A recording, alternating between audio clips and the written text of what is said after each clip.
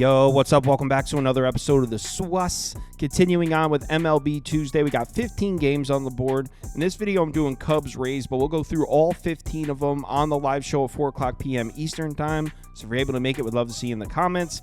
Cubs Rays in Tampa. Let's go. Welcome to the SWUS. The SWUS. SWUS.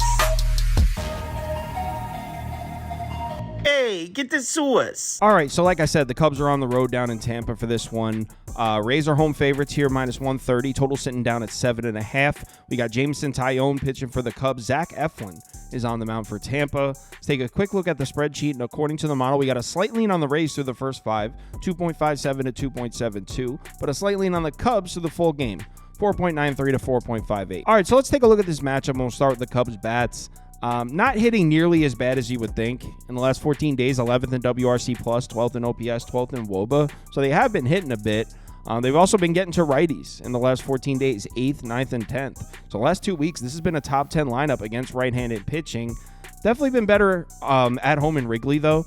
You can see in the last 14 days, 20th, 20th, and 19th on the road. On the season, 19th across the board. So they haven't been the best road lineup this year as far as scoring runs. If you look at their numbers against righty starters, 5.27 ERA, the last 3 righty starters to pitch against the Cubs. So they are getting runs across, 146 whip. They are getting guys on base. It's not an offensive explosion, but there's some production there. They're going to be in for a challenge, though, because they're getting Zach Eflin. And you might look and be like, Kyle, Zach Eflin, 5.40 ERA in his last 3 starts. 120 whip is solid. But most importantly, those 3 starts were on the road. This dude at home is a beast, and that's dating back to last season. He was almost untouchable at home. On the season this year, he's got a 2.84 ERA and an 0.99 whip at home. You can see right here his last home start, excellent. His last 3 home starts, excellent. Zach Eflin in the Trop is tough to hit off of, and this might be a buy low spot on Eflin because 6 of his last 7 starts have been on the road. Here are his game logs.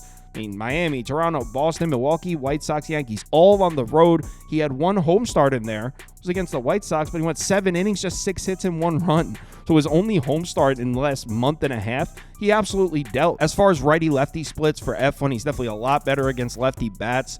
0.92 whip and a 2.44 WOBA against lefties. Cubs are only projected to have 4 lefties in the lineup for this one, though. Their lineup's pretty split, so I don't know if we can read anything into that. Pitch mix-wise, though, Zach Eflin throws a lot of sinkers and a lot of cutters, and the Cubs have not been hitting those 2 pitches. 17th in the last 30 days against the sinker, 27th against the cutter. So if you're looking to back Eflin, you definitely like the look of that. Overall, like I said, I think this is a buy low spot for Zach Eflin. And even though the Cubs have been hitting a bit, I think he deals here at home. So I like Eflin to throw a good game. But on the other side, we got the Tampa bats, and good Lord, it's tough to make a case for this unit here. On the last 30 days, one of the worst lineups in baseball, 25th in WRC+, 28th in OPS, 27th in WOBA.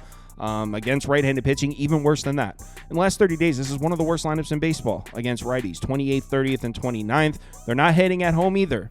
In the last 30 days, at home at the Trop, 28th, 29th, and 29th. So they're not hitting, period. They're not hitting righties. They're not hitting at home.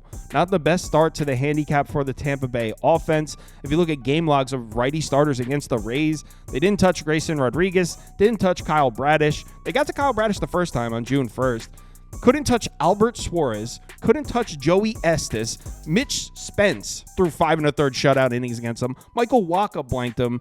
Yeah, Tampa's just not hitting anyone. Now, I'm recording this. They actually did score a couple runs off Corbin Burns. They're losing 4-2 as I'm recording this. So I guess 2 runs off Corbin Burns. You got to count that as a W. But as a whole, the Rays have not been touching righty starters. Good news for Tampa is they're now going to get to hit off of Jameson Taillon, who definitely been struggling. His last 3 starts, he's got a 5.94 ERA and a 1.68 whip.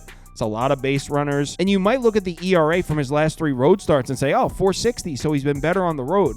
But look at the whip, 1.72. That's a lot of base runners. So that ERA should most likely be much higher than that. Jameson Taillon has struggled on the road. In his career against the Rays, he's made 6 appearances. He's actually been pretty good. 3-2 with a 2.60 ERA and a 3.86 expected FIP. I would imagine most of those starts, though, were with the Yankees. I don't have it in front of me. It's probably why he's made 6 starts against the Rays. Righty-lefty splits for Taillon. He's definitely much better against righty bats. You can see whip goes from 110 to 168 against lefties.